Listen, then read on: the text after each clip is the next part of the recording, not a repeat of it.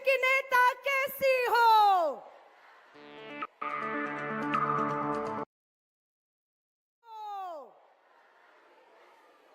भारत माता की। मैं अब आपके बीच से हटती हूं। बहुत समय से हजारों बहनें बिहार, वो हमारी नेत्री, हमारी नेता, सड़क से संसद पर आवाज बुलंद करने वाली नेता इस मंच पर मैं प्रियंका गांधी जी की तरफ का स्वागत करती हूं और मंच आप लोगों को सौंपती हूं। जय हिंद, जय भारत। बिहार की इस पावन धरती, क्रांतिकारी धरती पे हम अपनी बहन, अपनी साथी प्रियंका जी का तालियों से जोरदार स्वागत करते हैं।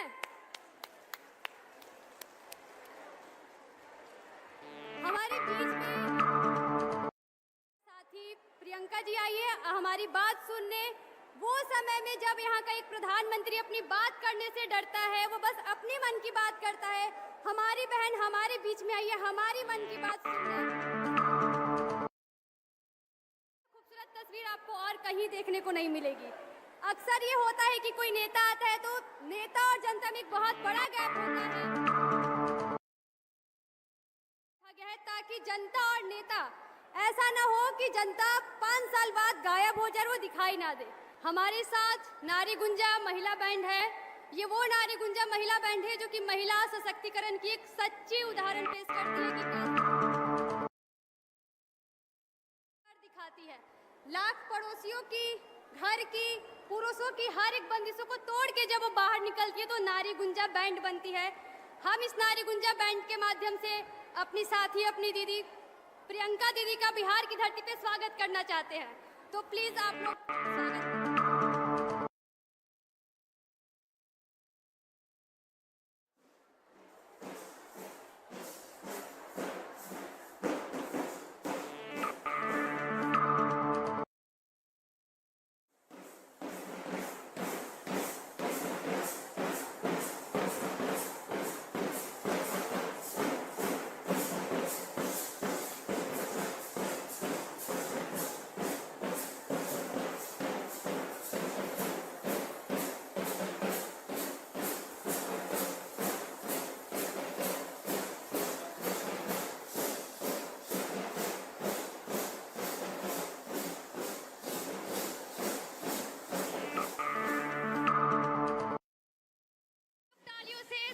इनका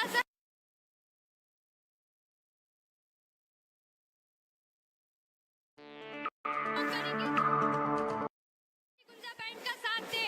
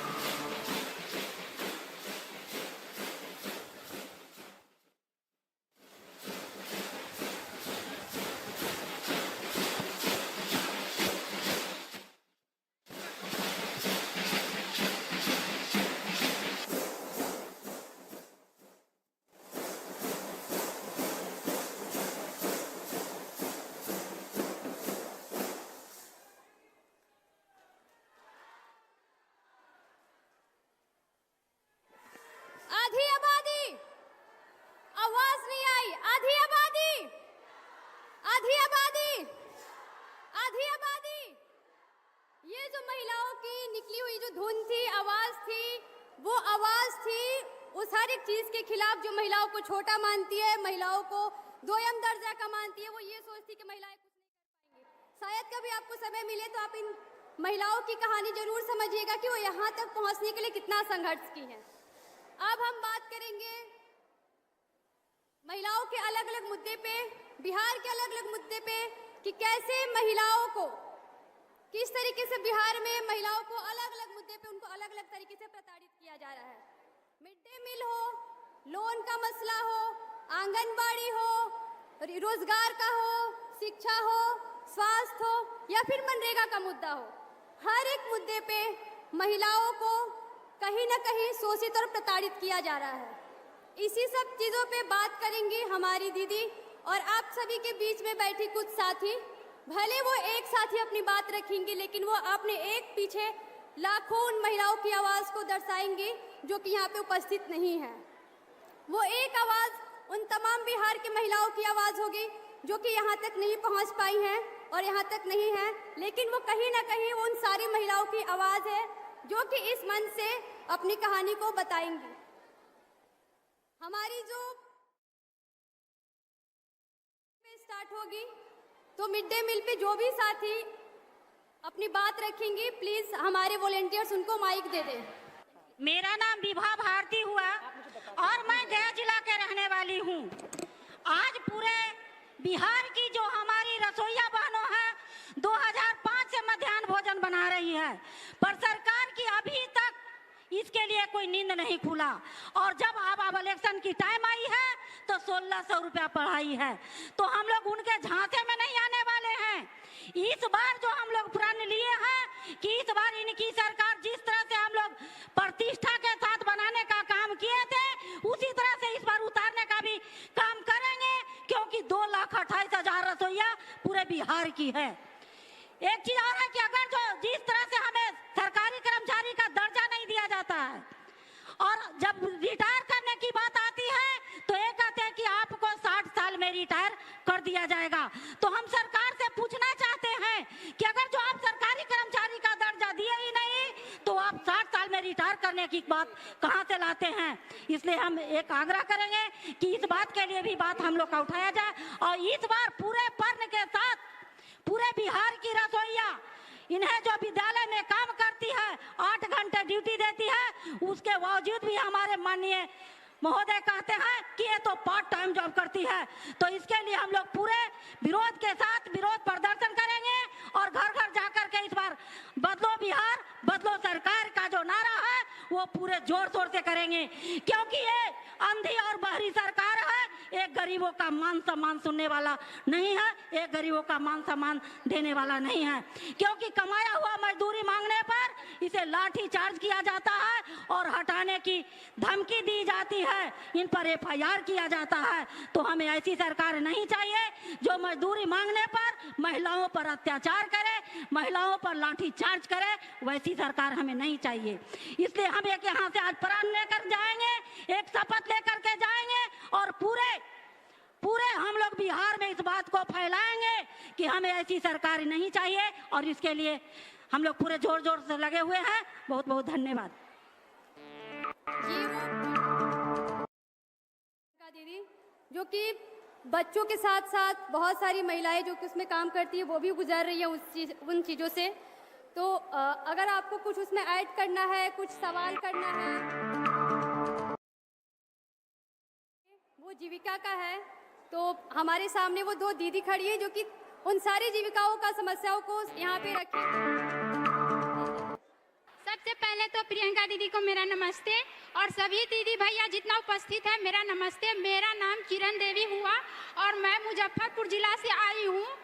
मेरा यही एक दर्द है जो कि हम लोग मशरूम के नाम पर हम लोगों को 10 दीदी का समूह बनाया और उसमें एक दीदी के नाम पर 3.5 लाख लोन पास करवा लिया और 2023 में यह काम शुरू होने वाला था। आज 2025 भी खत्म होने वाला है, लेकिन काम अधूरा करके वो भाग गया और हम लोग को बैंक से नोटिस आ रहा है 2 बार नोटिस आ गया, हम लोग को बैंक से धमकी मिल रहा है जो कि आप अगर पैसा नहीं जमा कीजिएगा लोन तो आप लोग के ऊपर कानूनी कार्रवाई की जाएगी। इस शक्ति अधिकार महिला संवाद जो है उसमें जितने भी उपस्थित हैं सभी को मैं हार्दिक हार्दिक अभिनंदन करती हूँ। मेरा नाम मंजूषा कुमारी है। मैं गया जिला से बिलोंग करती हूँ। मैं जीविका कैडर पे कार्यरत हूँ। जीविका में सीएम पद पर काम करती हूँ। हमारे 4 बच्चे हैं, 2 लड़का 2 लड़की। हम इस काम में जीविका कैडर में 2013 मार्च महीने से काम कर रही हूँ। मेरा सभी से ये कहना है कि हम काम तो करते हैं, हमें काम दिया जाता है पार्ट टाइम, लेकिन हमें वहाँ अधिकारियों से मिलता है कि पार्ट टाइम नहीं फुल टाइम काम करना है। जब हमें पार्ट टाइम का पेमेंट मिलता है तो हमें फुल टाइम क्यों काम करना है। और हम जब जीविका में हम जुड़े, जब जीविका से जब हम लोन लिए तो इसमें इतना प्रेरित किया गया, जब लोन हम उठाएं एक तो ऐसे ही महंगाई बढ़ती जा रही है, 750 से लेकर के 1200, 1200 से 1500, 1500 से अभी देखिए कि बढ़ाया है वो आंदोलन की वजह से। हमें यही कहना है कि हम जो अपनी हक की मांग करते हैं तो हमें दबाया जाता है, हमें काम से मुक्ति का दिया जाता है। हम यही कहना चाहते हैं, हम संघर्ष किए 3 महीना तो हमें पद मुक्त कर दिया गया। बताइए हमें हम क्या गुनाह करते हैं? यही ना कि हम अपने बच्चे के लिए, हक के लिए, उसको पोषण के लिए, स्वास्थ्य के लिए मांग करते हैं, अपना पेट पालन के लिए मांग करते हैं। तो हमें धमकी, ऐसी सरकार है, नीतीश सरकार है जो कहती है कि अपनी आवाज को उठाते हैं तो हम पद मुक्त कर देंगे, आपको नहीं रखेंगे। बताइए 2013 से हम काम कर रहे हैं, अब कहाँ पे जाएं? इसलिए हम ऐसी सरकार को नहीं चाहते हैं। हमारी 2 बच्ची हम कैसे पढ़ाएंगे, कैसे उसको पालन पोषण करेंगे? हमारा 2 लड़के, बताइए इतना महंगाई हो गया, हमको ऐसी सरकार नहीं चाहिए। हम ऐसी नीतीश और मोदी सरकार से उब गए। हम यही इंडिया गठबंधन सरकार से चाहते हैं कि यदि हमारी इंडिया गठबंधन सरकार आए तो हमें मांग को पूरी किया जाए।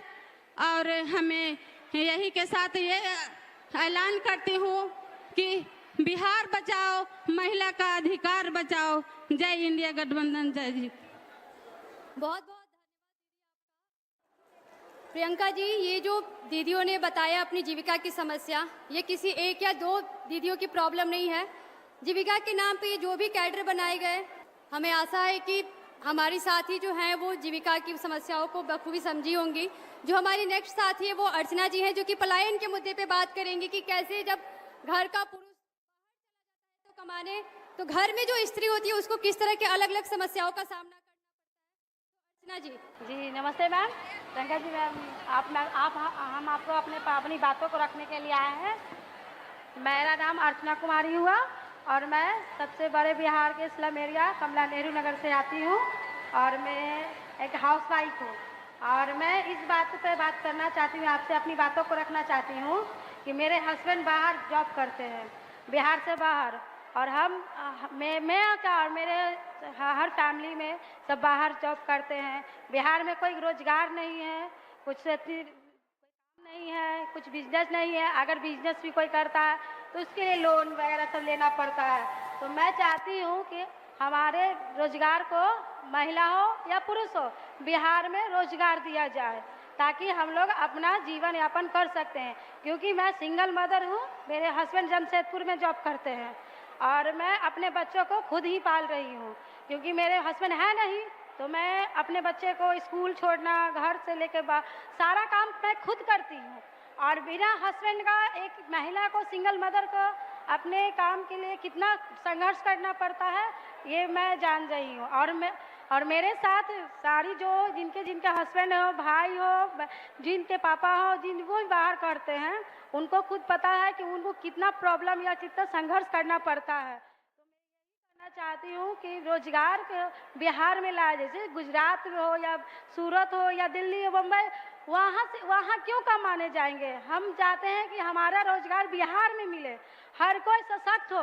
नारी सशक्तिकरण है तो हर कोई सशक्त हो, अपना काम अपना रोजगार हो। और अगर गरीब आदमी रोजगार लगाते हैं, ठेला लगाते हैं, तो उसमें प्रशासन लोग, आंगन, ये नगर निगम है, टास्क फोर्स के सब हटाते हैं, तोड़ते हैं। तो रोजगार के लिए आदमी कहाँ जाए?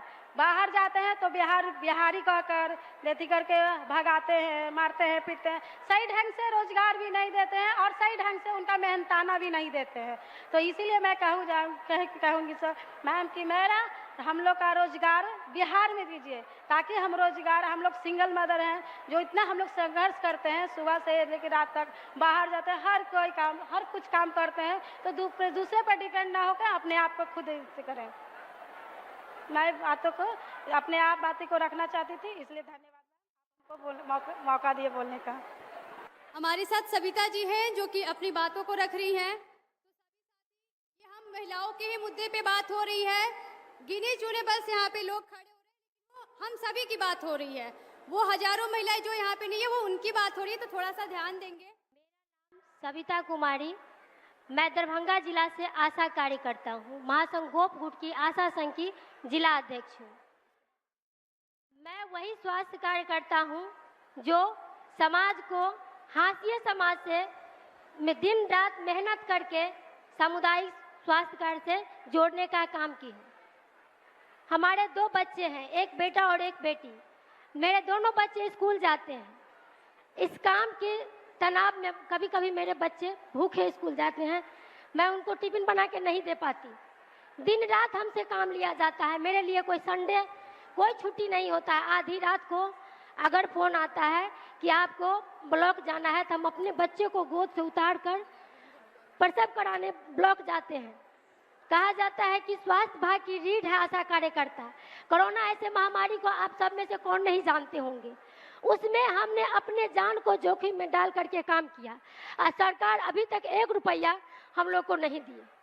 परिवार में भी तनाव हो रहा है, आधी रात को घर से जा रहे हैं, एकदम से क्या बोले, इतना ही टॉर्चर किया जाता है।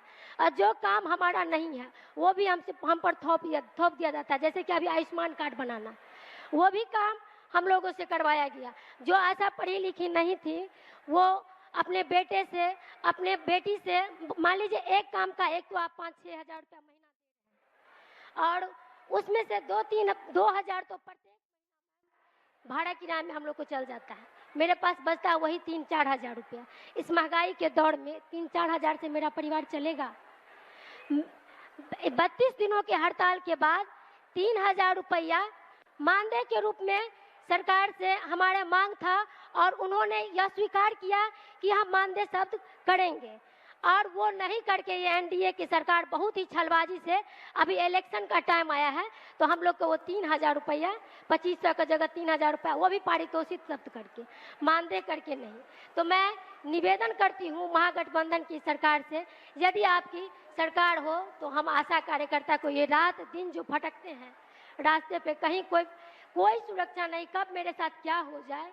अगर हम पीएससी डिलीवरी लेके जाते हैं, मेरी बेटी 10 दिन की थी मैम, तब मैं 10 दिन की बच्ची को लेकर के डिलीवरी पेशेंट जब होता था उसको लेकर के हम ब्लॉक जाते थे, और वहाँ कहा जाता था आप इधर मत जाइए, आप इधर मत बैठिए, अरे बच्चा को यहाँ से उठाइए।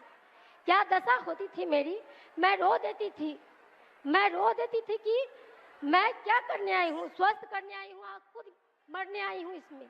उस बच्चे को लेकर के मेरा ये हाथ इलाज कराई, फिर भी अभी तक काम नहीं कर रहा। उस स्थिति में हमने काम किया, और ये सरकार अभी भी मानने को तैयार नहीं है कि पारितोषिक शब्द को बदलने की कृपा की जाए और मानदेय में बदलकर 10 हज़ार रुपया किया जाए, ताकि जीवन जीने लायक हम आशा को मानदेय मिले। यही हमारी प्रार्थना है। हम लोग एकदम नर्क में जीवन जी रहे हैं, और आपसे अपेक्षा करते हैं कि आप हमारी मांगों को आगे तक बढ़ाएंगे। यही कहकर मैं धन्यवाद सविता जी। यह आवाज़ आपकी थी, लेकिन आपके पीछे वो करोड़ों महिलाओं की वो बातें थी जो कि आपने सबके सामने रखा। जो हमारी अगली साथी वो आंगनबाड़ी के बारे में बात करेंगी, रंजना यादव है, और मैं बिहार प्रदेश की आंगनबाड़ी वर्कर की नेतृत्व करता हूं। आज हर्षोल्लास के साथ बहुत खुशी हो रही है। बिहार की तमाम सेविका सहायिका के तरफ से क्रांतिकारी प्रियंका जी जो इंदिरा गांधी की पौत्री रही हैं, उनको क्रांतिकारी सलाम करती है, प्रणाम करती है, स्वागत करती है। बिहार की प्रांगण में ऐसी क्रांतिकारी नेत्री की जरूरी थी और महिला संवाद जरूरी थी कि जन जन तक जाए हमारी महिलाओं की आवाज, हमारी महिलाओं जो आधी आबादी में अपनी बहुमत को कैसे उभारे, कैसे अपने अधिकार को ले। इसके लिए बहुत खुशी है, इनको प्रणाम करती हूँ, हर्षोल्लास के साथ स्वागत करती हूँ। कहना है कि ये 50 वर्ष पूर्ण हो गया, ऐसी कोई भी देश के अंदर योजना नहीं है जो 50 वर्ष पूर्ण हुआ। ये इंदिरा गांधी जी का लाया हुआ योजना थी। इसके चलते आज मोदी जी आंगनवाड़ी सेविका सहायिका को देखना पसंद नहीं करते हैं। आज हमारी संख्या अगर 28 लाख नहीं होती तो हम बहनों को निकाल कर फेंक देते। ये मोदी जी का सोच है। जब हम लोग अपनी मांग को लोकतंत्र में प्रोटेस्ट करते हैं, मांगने आते हैं, तो हमको मानसिक प्रताड़ना किया जाता है, हमको हटा दिया जाता है और हमारे थाली में 2 वक्त की रोटी नहीं है। आंगनवाड़ी सेविका सहायिका के थाली में संतुलित भोजन नहीं है। कैसे वो अपने बच्चे और बेरोजगार पति के पत्नी होती हैं, कैसे उनका देखभाल करे, कैसे कुपोषण भगाए। ये योजना देश का कुपोषण भगाने के लिए लाया गया था। मेरा बेटा भी हार्ट पेशेंट है, हार्ट डिजीज से ग्रसित था, पर उसके इलाज के लिए मेरे पास पैसे नहीं थे। सारे समाज रिश्तेदार चंदे करके मेरे बेटे को इलाज कराए, तब मेरा बेटा का जान बचा। आज देश के अंदर, बिहार के अंदर ऐसी बद से बदतर हालत आंगनवाड़ी वर्कर की है जो कहा नहीं जाता, मुझसे कहा नहीं जाता। इस स्थिति में मैं प्रियंका गांधी जैसी क्रांतिकारी महिला नेत्री से उम्मीद रखती हूँ कि चाहे इनकी सरकार हो या मोदी जी की सरकार हो, ये 50 वर्ष पुरानी योजना को बदलने का प्रयास करे, यही उम्मीद और आग्रह लेकर के मैं आपके शरण में महिला संवाद के माध्यम से कहने आई हूँ। धन्यवाद। ये आवाज भले ही एक रंजना जी की थी, एक आंसू भले ही रंजना जी की थी जो हमें यहाँ पे दिख रही है। ना जाने ऐसी कितनी महिलाएं रोज अपने जीवन में इस तरह की घटनाओं से, इस तरह की परिस्थितियों से गुजर रही है और यहाँ पे वो अपनी बातों को नहीं रख पा रही, उनकी बातों को कोई सुनने वाला नहीं है। लेकिन हमारे बीच हमारी नेता हमें सुनने आई हैं। जो हमारी अगली बातचीत होगी वो फर्स्ट टाइम वोटर पे होगी कि जो व्यक्ति, जो महिला, जो लड़कियां जो फर्स्ट टाइम वोट कर रही है वो किन मुद्दों को ध्यान में रख के वोट करेंगी और वो क्या उम्मीद करती है इस लोकतंत्र के पर्व से।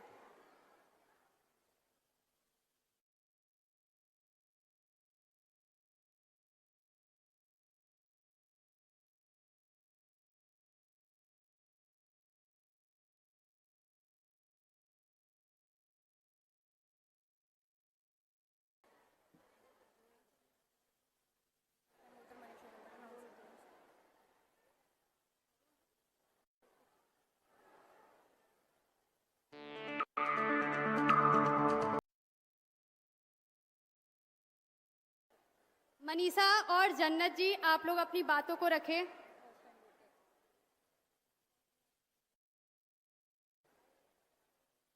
मेरा नाम जन्नत प्रवीण है।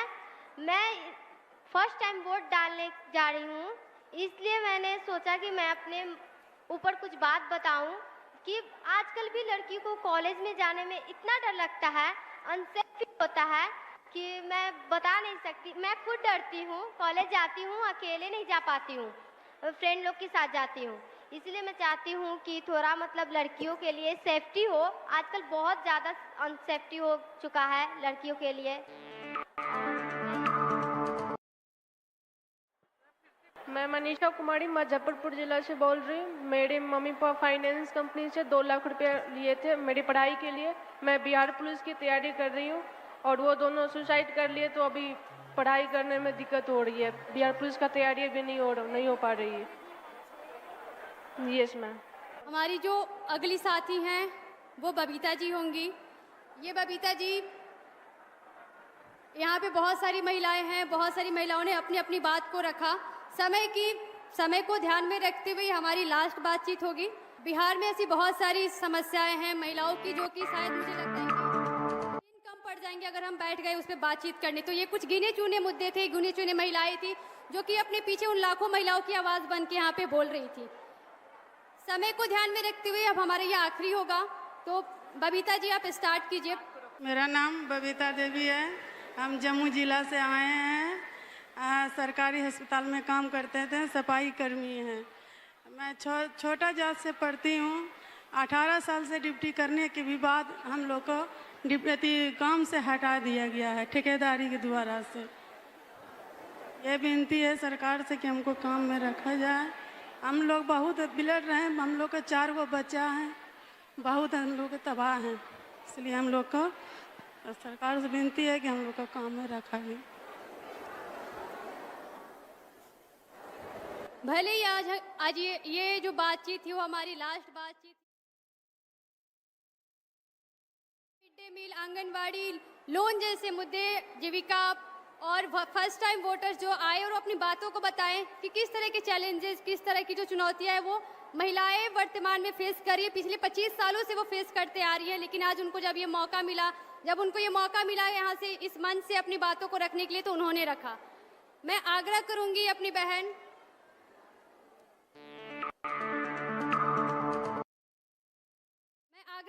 अपनी बड़ी बहन प्रियंका जी से कि वो आए और जो भी हमारी महिलाएं आई हैं, जो भी उन्होंने अपनी समस्याएं बताई, उन समस्याओं को आप कैसे डील करेंगे, किस तरीके से आने वाले समय में उन पे हम बातचीत करके इस चीज़ों को ठीक करेंगे।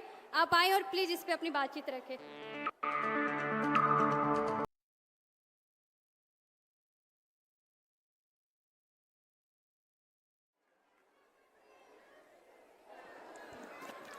आप सब बहुत थक गई होंगी इतना इंतज़ार करते करते, गर्मी भी है।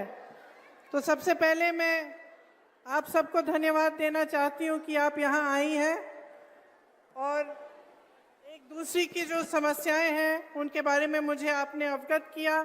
उसके साथ साथ आप मेरी बातों को भी सुनने के लिए आई हैं। यहाँ महिला कांग्रेस की अध्यक्ष जी, शकील जी, पीसीसी के अध्यक्ष जी और हमारे जो गठबंधन की साथियां हैं, उन सबको भी मैं धन्यवाद देना चाहती हूं कि उन्होंने ये प्रोग्राम आयोजित किया और आज यहाँ मौजूद है मंच पे। देखिए, हम सब महिलाएं हैं और महिला होने के नाते हम एक दूसरे को इस तरह से समझ पाते हैं जिस तरह से दूसरे नहीं समझ पाते, आदमी नहीं समझ पाते, क्योंकि हमारा जीवन अलग होता है। चाहे आप गांव में गरीब महिला हो, चाहे आप बड़े शहर में बड़े घर की महिला हो, महिला होने के नाते हमें संघर्ष का सामना करना होता है। किसी ना किसी तरह का संघर्ष हमेशा हमारे सामने आता है।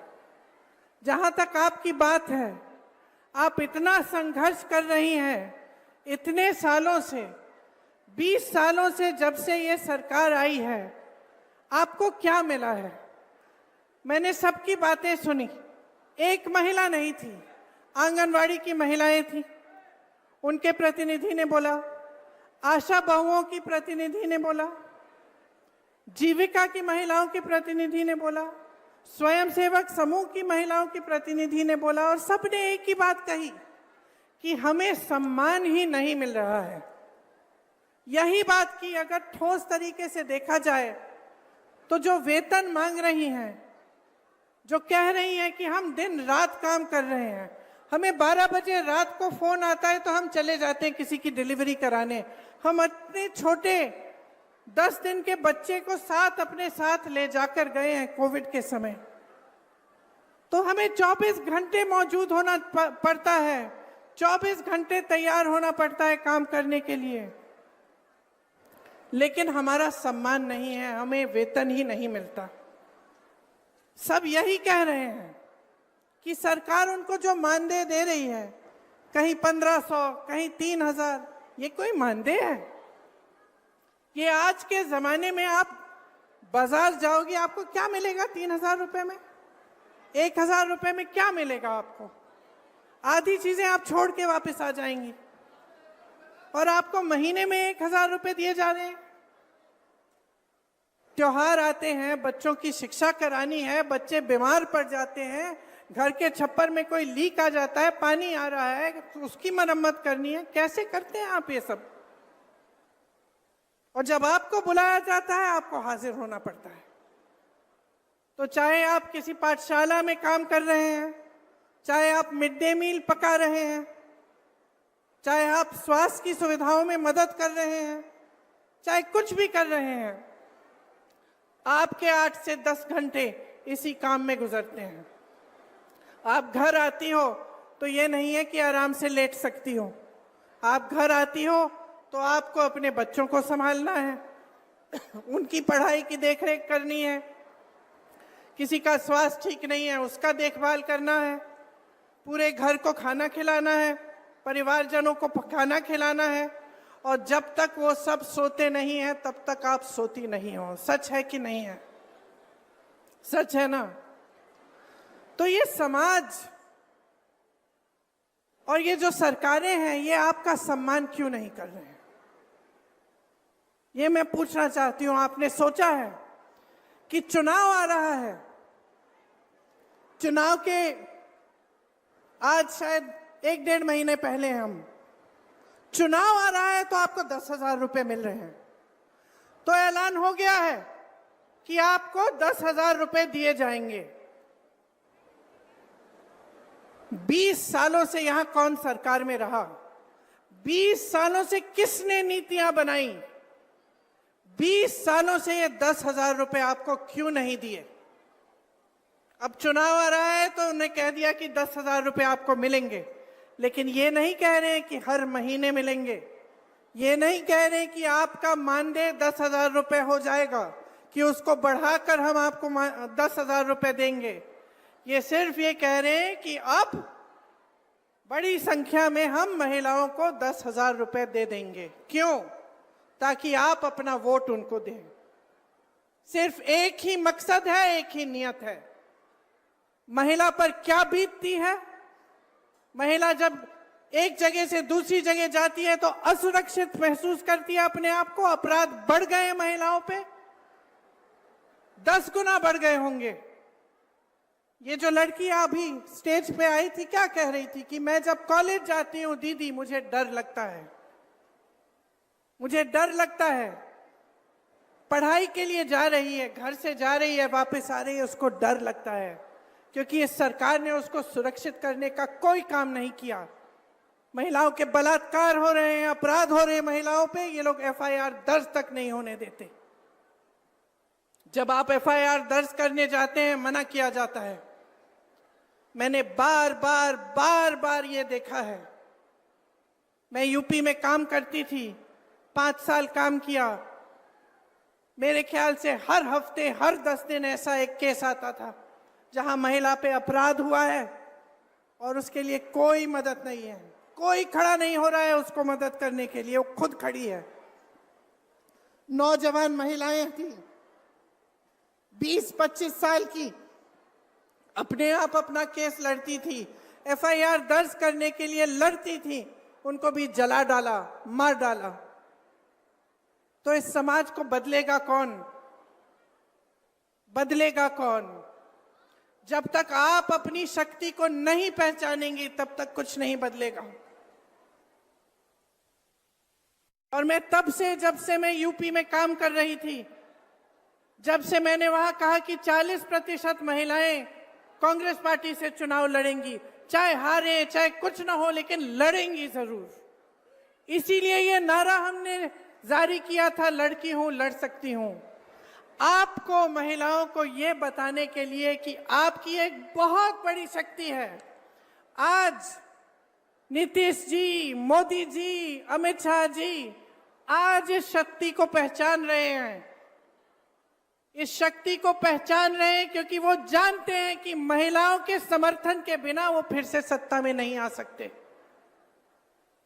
आज उनको अचानक दिख रहा है कि अगर महिला का वोट मिलेगा तभी हमारी सरकार बनेगी। इसीलिए सारी नई नई स्कीमें निकल रही हैं चुनाव से पहले पहले। लेकिन बहनों, हम महिलाएं तेज भी होती हैं, हमें लोगों की नीयत जल्दी समझ में आ जाती है। अगर हम अपनी बेटी के लिए कोई लड़का देखने जा रहे हैं, सबसे पहले हम उसकी नीयत देखते हैं क्या है, समझ जाते हैं कि किसकी नीयत में खोट है। तो जब आपको सिर्फ चुनाव के पहले स्कीम दी जा रही है, सिर्फ चुनाव के पहले पैसे दिए जा रहे हैं, आपको समझना चाहिए कि नीयत में खोट है। लेकिन आपकी जो इतनी बड़ी शक्ति है वो आप खुद नहीं पहचान पा रही हैं। अगर आप एकजुट हो जाएंगी, इस देश की आधी आबादी है, देखते हैं कौन रोक सकता है आपको। देखते हैं किसकी हिम्मत है, किसी भी पार्टी की हिम्मत हो कि आपको 3,000 रुपए का मानदेय दें महीने में। आप एकजुट हो जाइए, खड़े हो जाइए और अपना हक मांगिए, अपना अधिकार मांगिए, अपनी शक्ति को पहचानिए कि मैं महिला हूं, इस देश की आधी आबादी हूं, ये देश मेरे बिना स्वतंत्र भी नहीं हो सकता था। अगर इस देश की महिलाएं उस समय नहीं जागी होती, अगर वे स्वतंत्रता संग्राम में इकट्ठे होकर लड़ती नहीं, तो हम आज स्वतंत्र भी नहीं होते। तो हाँ, समाज और सरकार को पहचानने की जरूरत है कि हमारी शक्ति क्या है, लेकिन हमें खुद पहचानना पड़ेगा कि हमारी शक्ति क्या है। हमें खुद एकजुट होना पड़ेगा, हमें खुद देखना पड़ेगा कि कौन सी पार्टी, कौन सा गठबंधन हमें सम्मान दे रहा है।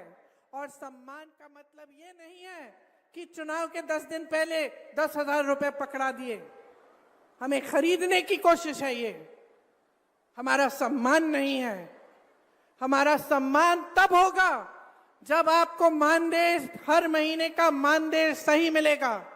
सम्मान तब होगा जब आपको पैरों पे खड़े होने के लिए पूरी तरह से सरकार आपका समर्थन करेगी। आपका सम्मान तब होगा जब आपकी बेटियां पढ़ने जाएंगी और अपने आप को सुरक्षित समझेंगी।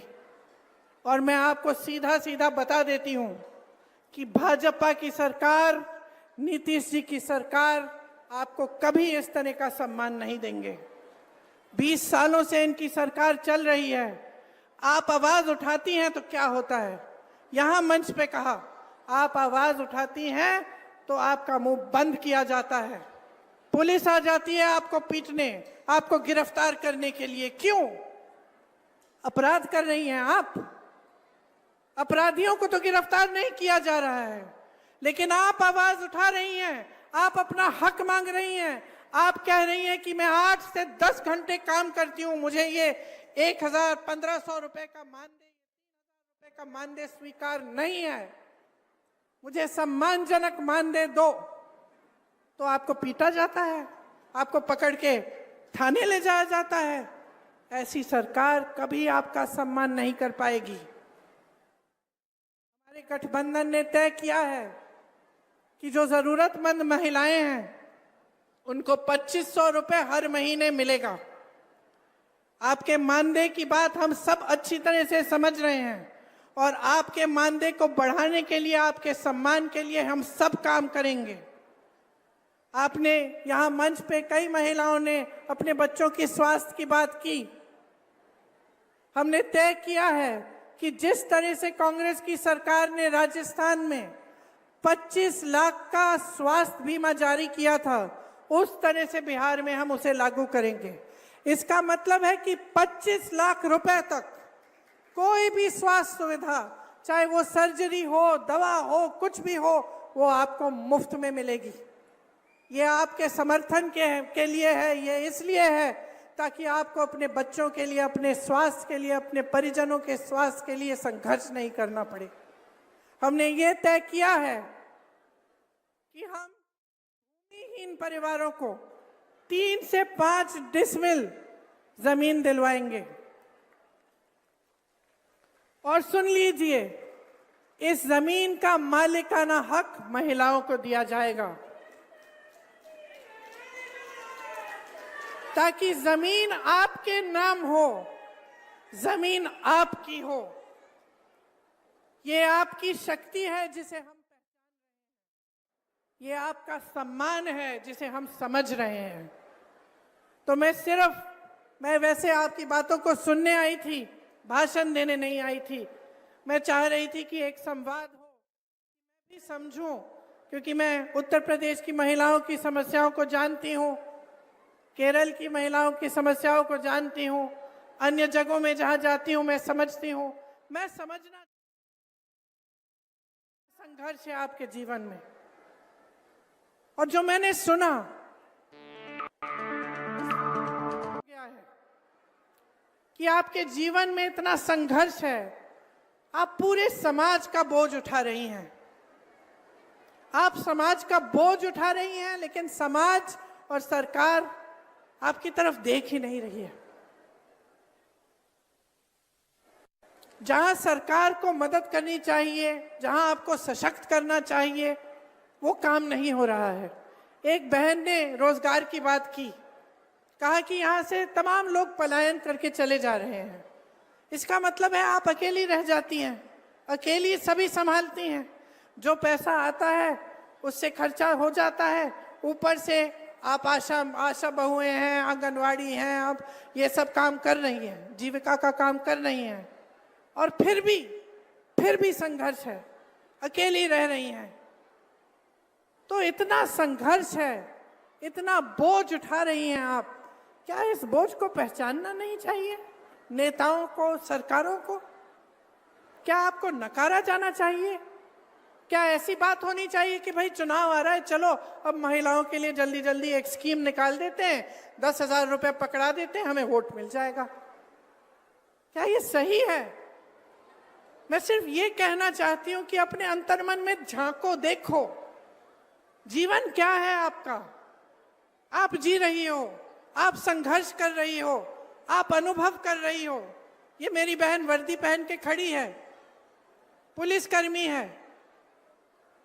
क्या इसका संघर्ष कम है? कम नहीं है। जितना आपका संघर्ष है उनका संघर्ष है। हम सब बहनें हैं, हम सब के अलग अलग संघर्ष हैं, और ये बहुत जरूरी है कि हम इन संघर्षों को एक शक्ति में बदलें। कि हम जब देखते हैं कि हमारा जीवन का अनुभव क्या है, कि 20 सालों से हमारे जीवन में तरक्की हुई ही नहीं है, बिहार में आपके जीवन में तरक्की हुई ही नहीं है, इतने साल हो गए हैं। ये कह रही थी एक बहन की 50 साल की स्कीम है, बदलाव नहीं आया। तो जब आपके जीवन में इतना संघर्ष है, ये आपका अनुभव है, आप देख रहे हो, बच्चों को पढ़ा नहीं पा रहे हो, बीमार पड़ जाते हैं, इलाज नहीं कर पा रही हो, दिन रात काम कर रही हो, मानदेय नहीं मिल रहा है, तो अपने मन के भीतर एक ज्वाला जगाओ ना बदलाव की। बोलो ना कि हमें बदलाव चाहिए, कि ये शक्ति हमें महात्मा गांधी जी के संघर्ष ने दी थी, हमारे संविधान ने दिया है, हमें, हमारे पास वोट है, और इस वोट को हम समझदारी से डालेंगे।